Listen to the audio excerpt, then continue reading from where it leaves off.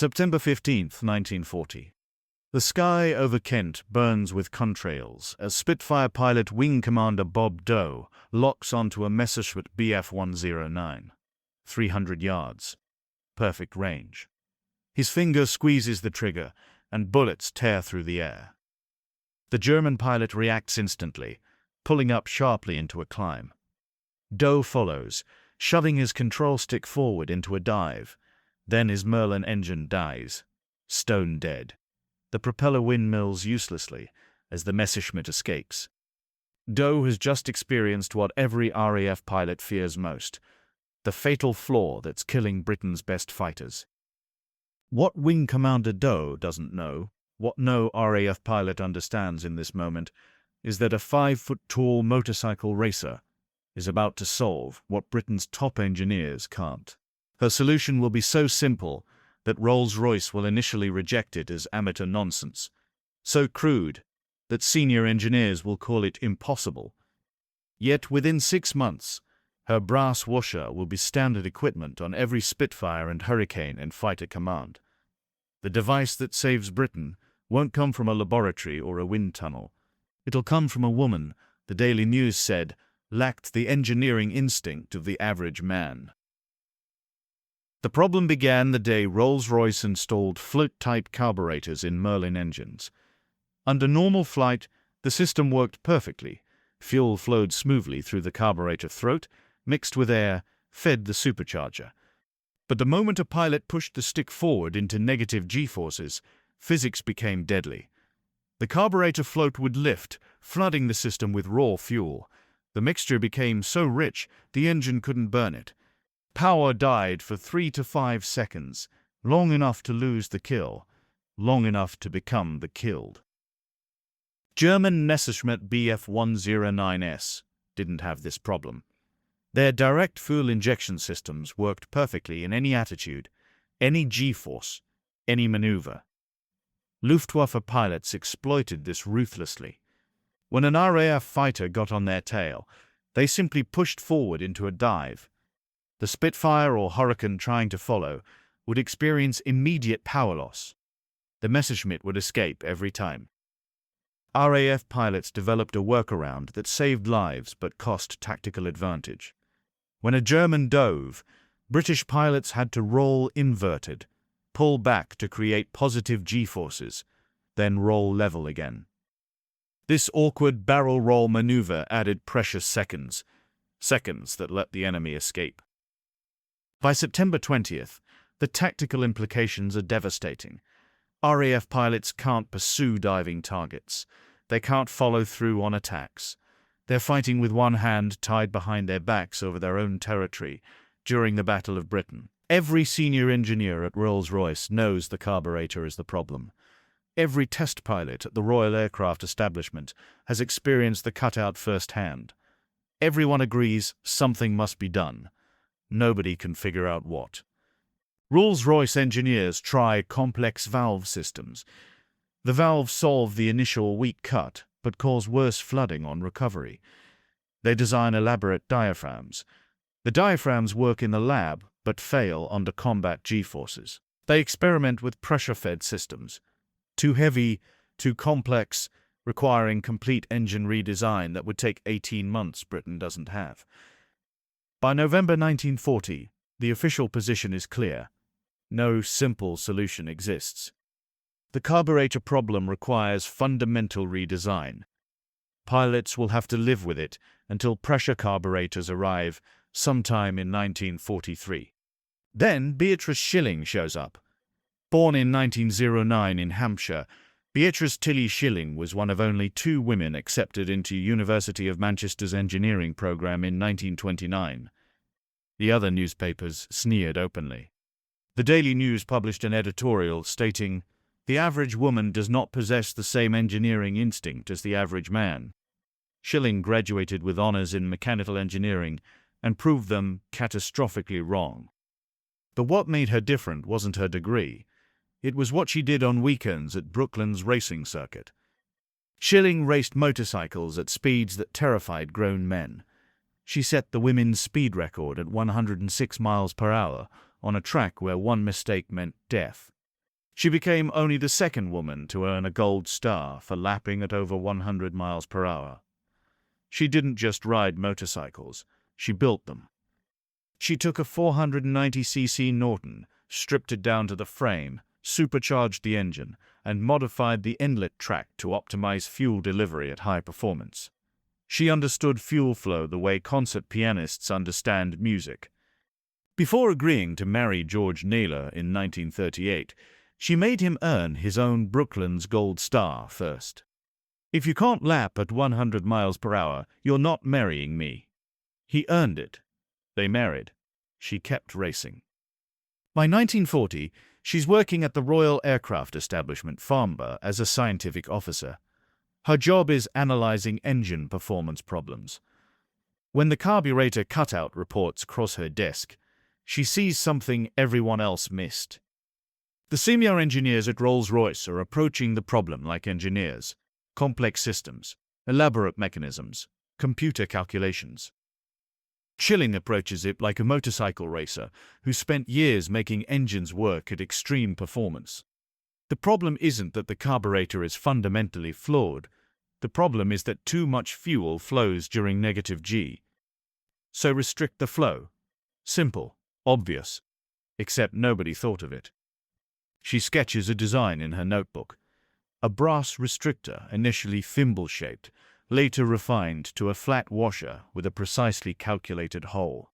The diameter allows maximum fuel flow during normal operation, without flooding during negative G maneuvers. Most critically, it can be installed without removing the carburetor. No engine takedown, no dry dock time. A mechanic can install it in 20 minutes with hand tools.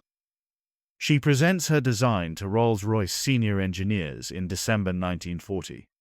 The room explodes. That is completely illegal. The chief carburetor engineer doesn't raise his voice. He doesn't need to. His words hit like a pronouncement from physics itself. "You're proposing to restrict fuel flow to an engine operating at maximum performance. The pressure differential will cause cavitation. The brass will erode. Fuel starvation will occur at high altitude. What you're suggesting violates basic thermodynamic principles. This isn't innovation. It's amateur nonsense." Shilling had expected resistance. She hadn't expected condescension. But she knows something the engineers don't.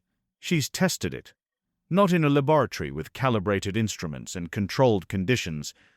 She's tested it the way motorcycle racers test everything. She built one, installed it on a test engine, and ran it at full throttle through every conceivable maneuver. The engine didn't cavitate. The brass didn't erode. Fuel starvation didn't occur. It just worked. The RAF rejects her design officially. Too simple, unproven, potentially dangerous. Wait for the pressure carburetors. Shilling does something completely unauthorized, possibly career-ending, and definitely against every regulation in the Royal Aircraft Establishment Handbook. She takes matters into her own hands. She organizes a small engineering team. She loads her bag with brass restrictors, wrenches, and installation instructions. She climbs on her Norton motorcycle, detuned for public roads because even Shilling follows some rules, and she rides to RAF fighter bases. At Biggin Hill, she corners the squadron engineering officer. "I need 20 minutes with each Spitfire." The officer looks at this 5-foot-tall woman with grease under her fingernails and oil on her leather jacket. "Who authorized this?" "Nobody. But you're losing pilots because their engines cut out in dives. I can fix it in 20 minutes per aircraft. Try to stop me." He doesn't stop her. She installs the restrictor in the first Spitfire. The test pilot takes it up, pushes into a dive, and the engine doesn't cut. He lands, climbs out of the cockpit shaking, and says one word: magic. By January 1941, Shilling is riding from base to base on her Norton. Biggin Hill, Hornchurch, North Weald, Duxford. Every fighter station in southern England. She arrives unannounced, installs restrictors, and disappears before anyone can ask for paperwork. Pilots start reporting something impossible. Their engines work in dives. They can follow Messerschmitts through negative G maneuvers. The German tactical advantage has vanished. RAF Fighter Command leadership demands to know what's happening. March 1941. Air Ministry investigation.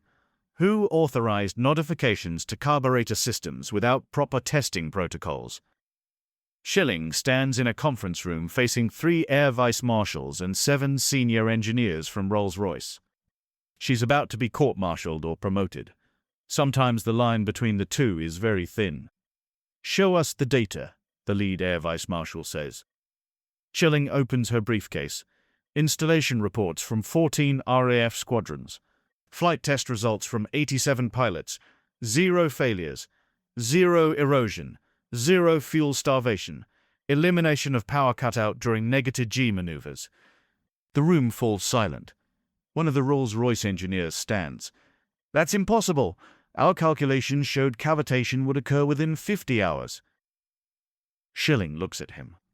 "Your calculations were wrong. My brass restrictor has been operating for 3 months. Some aircraft have logged over 100 combat hours. No failures, no problems. The device works." The air vice marshal leans forward. "Miss Shilling, you violated approximately 37 military regulations by conducting unauthorized modifications to operational aircraft." Shilling meets his gaze. "Yes, sir. Would you like me to stop?" The air vice marshal smiles for the first time. "Absolutely not. As of today, your restrictor is standard equipment throughout RAF Fighter Command. Rolls-Royce will manufacture 10,000 units immediately. You're promoted to senior scientific officer with full authority to implement field modifications. And Miss Shilling, next time you invent something that saves pilots' lives, please fill out the paperwork." The device becomes known throughout Fighter Command as Miss Shilling's orifice. The nickname is coined by Sir Stanley Hooker at Rolls-Royce, the same engineer who called her design amateur nonsense 6 months earlier. Shilling accepts the nickname with characteristic dry humor. The restrictor doesn't eliminate the cutout completely. Physics still exists, but it reduces the power loss to less than 1 second, giving RAF pilots functional parity with German fuel injection systems. Pilots who rolled inverted to maintain positive G can now dive normally. The tactical playing field is level. By summer 1941, every Spitfire, Hurricane and Merlin-powered aircraft in the RAF carries Shilling's brass washer. The modification costs 3 shillings per aircraft. Installation takes 20 minutes. The impact is incalculable. Flight Lieutenant Peter Brothers later writes in his memoir, "The carburetor flooding was a grave disadvantage when attacking targets below or evading by diving away. We won the Battle of Britain by the narrowest of margins." Shilling's orifice arrived just in time for the European offensive. Without it, we'd have been fighting with one hand tied behind our backs for another 2 years. How many pilots would have died in that time? Hundreds. Thousands. We'll never know, because Tilly Shilling fixed it with a piece of brass and a motorcycle racer's intuition. The brass restrictor remains standard equipment until 1943, when pressure carburetors finally arrive. Shilling helps develop those too, working with Rolls-Royce engineers who now treat her with respect bordering on reverence. But the pressure carburetors are complex, expensive, and require complete engine modification. Shilling's restrictor costs almost nothing, installs in minutes, and works perfectly. It's the bridge technology that keeps RAF pilots alive until the proper solution arrives. Post-war, Shilling continues breaking barriers nobody asked her to break. She works on the Blue Streak missile program. She conducts wet runway braking research that revolutionizes aviation safety. She helps design a bobsled for the RAF Olympic team, because apparently rocket science isn't enough challenge. She continues racing cars at Silverstone until 1962, when an ex-RAF pilot, too busy checking instruments, pushes her off the track. The crash is bad enough that she finally retires from racing at age 53. She's awarded the OBE for her war efforts. She's promoted to Senior Principal Scientific Officer in 1955. Manchester University later calls her a flaming pathfinder of women's lib, though Shilling herself never uses that phrase. She just keeps doing the work, solving the problems, proving that engineering instinct has nothing to do with gender and everything to do with paying attention when everyone else is overthinking. Keith Maddock, chief engineer at Hangar 42, tells the BBC in 2017, "Beatrice Shilling helped us win World War II. Of that there is no doubt. The carburetor problem could have cost us air superiority. Her solution gave our pilots the confidence to fight aggressively. Confidence matters in aerial combat. When you know your engine won't quit in a dive, you fly differently, you fight differently, you win." Shilling dies in 1990 at age 81. Her obituary in the Times mentions the brass restrictor in the third paragraph. The Guardian gives it 2 sentences. Neither captures what it meant. A woman with a Norton motorcycle and a bag of brass washers rode from base to base, installing a fix that senior engineers said was impossible. She violated regulations, ignored protocols, and saved thousands of lives because she refused to accept that pilots should die for a solvable problem. Today, the National Motor Museum at Beaulieu displays Shilling's Norton motorcycle alongside her Brooklands Gold Star. The placard reads, "Beatrice Shilling, engineer and motorcycle racer." It doesn't mention the brass restrictor. It doesn't explain that this woman on this motorcycle rode across southern England installing a 3-shilling washer that changed the course of the Battle of Britain. Most visitors walk past without a second glance. They're looking at the Spitfires and Hurricanes in the next hall, the glamorous fighters that won the war. What they don't see is that those Spitfires and Hurricanes only worked properly because a 5-foot-tall woman with grease under her fingernails refused to let engineering degrees and institutional arrogance kill British pilots. The brass restrictor wasn't revolutionary technology. It was a washer with a hole in it. But it was the right washer with the right hole, installed at the right time by the right person, who refused to shut up when everyone said it wouldn't work. The lesson isn't about brass restrictors or carburetor theory or Merlin engines. The lesson is about what happens when someone with practical experience questions theoretical experts. When someone who builds engines with their own hands sees something that people who only design engines miss. When courage means riding a motorcycle from base to base, installing unauthorized modifications because you know you're right and pilots are dying while committees debate. Sir Stanley Hooker, who coined the phrase Miss Shilling's orifice, later writes in his autobiography, "I initially dismissed her design as too simple to work. The greatest engineering solutions often appear too simple. That's how you know they're right. Beatrice Shilling understood something we didn't. Elegance isn't complexity. Elegance is solving the problem with the minimum necessary intervention. Her brass restrictor was elegant, and it saved Britain." The brass washer sits in the RAF Museum at Hendon, 3 inches in diameter. A hole precisely 2.6 millimeters wide. It looks like something from a hardware store, because essentially it is. That's the point. The solution to one of World War II's most critical engineering problems came from a motorcycle racer with hand tools and practical experience, not from elaborate laboratories or million-pound research programs. From someone who understood that fuel only needs to be restricted, not redesigned.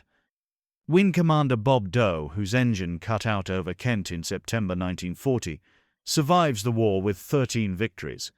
In 1987, he's interviewed for a BBC documentary. The interviewer asks what single innovation made the most difference to RAF pilots during the Battle of Britain. Doe doesn't hesitate. Miss Shilling's orifice. Before that restrictor, we couldn't fight properly. We were dancing around the problem, literally rolling our aircraft inverted to maintain engine power. After it, we could dive on the enemy the same way they dived on us. Level playing field. That's all we needed. The brass restrictor that experts called impossible worked for 3 years until pressure carburetors arrived. It saved uncounted lives. It gave Britain air superiority at the exact moment when losing air superiority meant losing the war. And it came from a woman who raced motorcycles, built engines, and refused to accept that good pilots should die for a design flaw that could be fixed with brass and practical knowledge. What impossible problems exist today because the experts say they're impossible? What elegant solutions are we missing because they seem too simple? The next Beatrice Shilling might not have an engineering degree, might not have institutional credentials, might just be someone with practical experience who sees what everyone else overlooks. History doesn't always belong to the people with the most degrees or the biggest laboratories. Sometimes it belongs to the person on the motorcycle with grease under their fingernails who refuses to let perfection become the enemy of good enough. Beatrice Shilling never gave interviews about the brass restrictor. She deflected credit to the pilots who flew with it. She moved on to the next problem before anyone could celebrate solving the last one. That's what engineers do. That's what mechanics do. That's what people who actually build things do. They don't talk about their achievements. They just fix what's broken and move on to the next thing that needs fixing. The brass restrictor saved Britain. The woman who built it saved thousands of pilots. And the lesson she left behind matters more than ever. Sometimes the simplest solution is the right solution. Sometimes the person without credentials sees what the credentialed experts miss. And sometimes changing history requires nothing more than the courage to build what you know will work, install it yourself, and refuse to stop until everyone else sees what you've seen all along. That's the story nobody tells about the Battle of Britain. Not the Spitfires or the radar or the brave pilots. The brass washer. Miss Shilling's orifice. 3 shillings worth of brass that won the war.